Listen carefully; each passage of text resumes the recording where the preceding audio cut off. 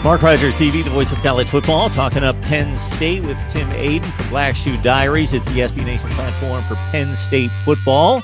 We bring Tim on a regular basis. Does a fine job lining us up, getting us straight for Penn State. And, of course, National Signing Day, the second of two, with about 10 to 15% of the talent yet to be signed in FBS and Power 5 football, just about a little less than 2 weeks away. Tim, how you doing today? Doing good, Mark. How about yourself? Doing just fine. So let's talk recruiting. So this 2019 class has been a top 10 to 15 class throughout the process.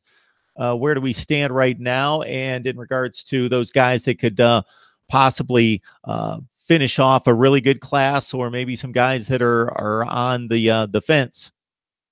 So Penn State currently, they stand 10th overall in the 24/7 sports rankings. And I think since the last time you and I did a video together, they've picked up an additional commitment, their 20th commit. Smith Gilbert, 3-star defensive end out of New Jersey, 6'6", 250 pounds. And really, this is a kid who got into football very late. I think this past year was his only year of playing organized football, if I've read correctly.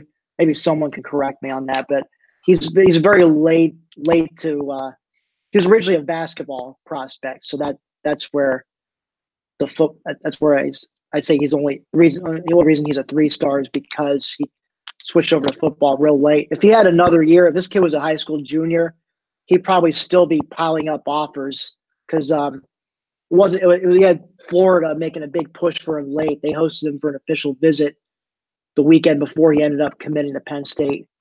And I know Oregon was after him pretty hard.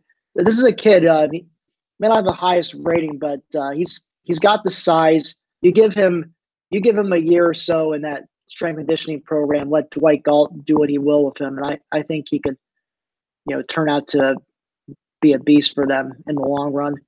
So you got that. And then got some big official visitors coming this weekend. I think the crown jewel of that is 4-star offensive guard Doug NESTER, currently an Ohio State commit, but he did not sign with Ohio State during the December signing period.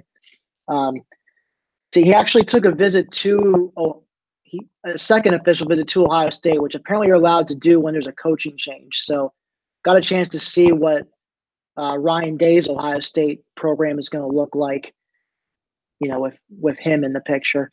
And they were hoping that maybe he would shut down his recruitment after that and stay with the Buckeyes, but it doesn't seem to be the case. He's supposed to be arriving at Penn State sometime this weekend for his official visit. And from what I've read, I mean, Penn State has a definite shot at flipping this kid.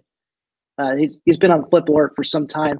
So this is a chance for Franklin and company to perhaps seal the deal and flip him by signing day. And I know he's supposed to go to Virginia Tech the following weekend, but it sounds like they're probably a distant third at this point behind Ohio State and Penn State.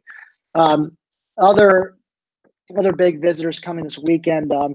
3-star offensive tackle out of Indiana, DeJuan Jones, showing up. And they got a couple Florida kids, Jaywan Sider gets the credit there, I guess, for bringing them up. But TJ Jones, 3-star wide receiver, and then another 4-star defensive tackle, Jaquay Sorrells, I think is how you say it.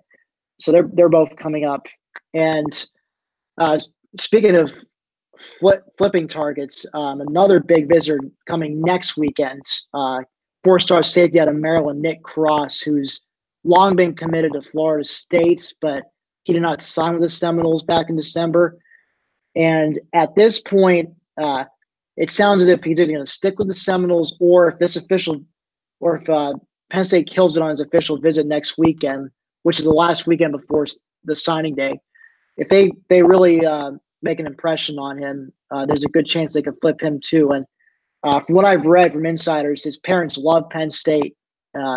So it's just a matter of, does Nick Cross love it enough, and can he bring himself to tell Florida State staff, who he's apparently have a good relationship with, if he can bring himself to tell them, sorry guys, but I'm headed to Happy Valley. So that's something else to keep an eye on. So that's what's been going on the recruiting front. So Penn State's got a chance to, solidify its top 10 class at this point.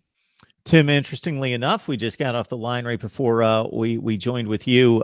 We were on the line with James Coleman, who joins us on a regular basis to talk Florida State football. Talked about Nick Cross. Yes, the parents seemingly are Penn State locked in, really want him to go to Penn State, and he's a Florida State kid through and through in regards to where his mindset was early in the process. And like you say, built those relationships at Florida State. So there's a bit of a tug of war within the family, apparently. All right, Tim, it's going to be a good class. There's no question about that. And if they get some of these leans, especially we're looking at Doug Nestor, as you mentioned, he seemed to be locked in at Ohio State, but that's not the case.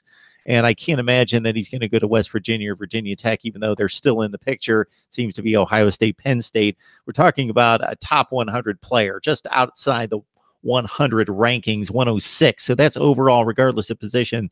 So we're talking about a really good get here for either Penn State or Ohio State.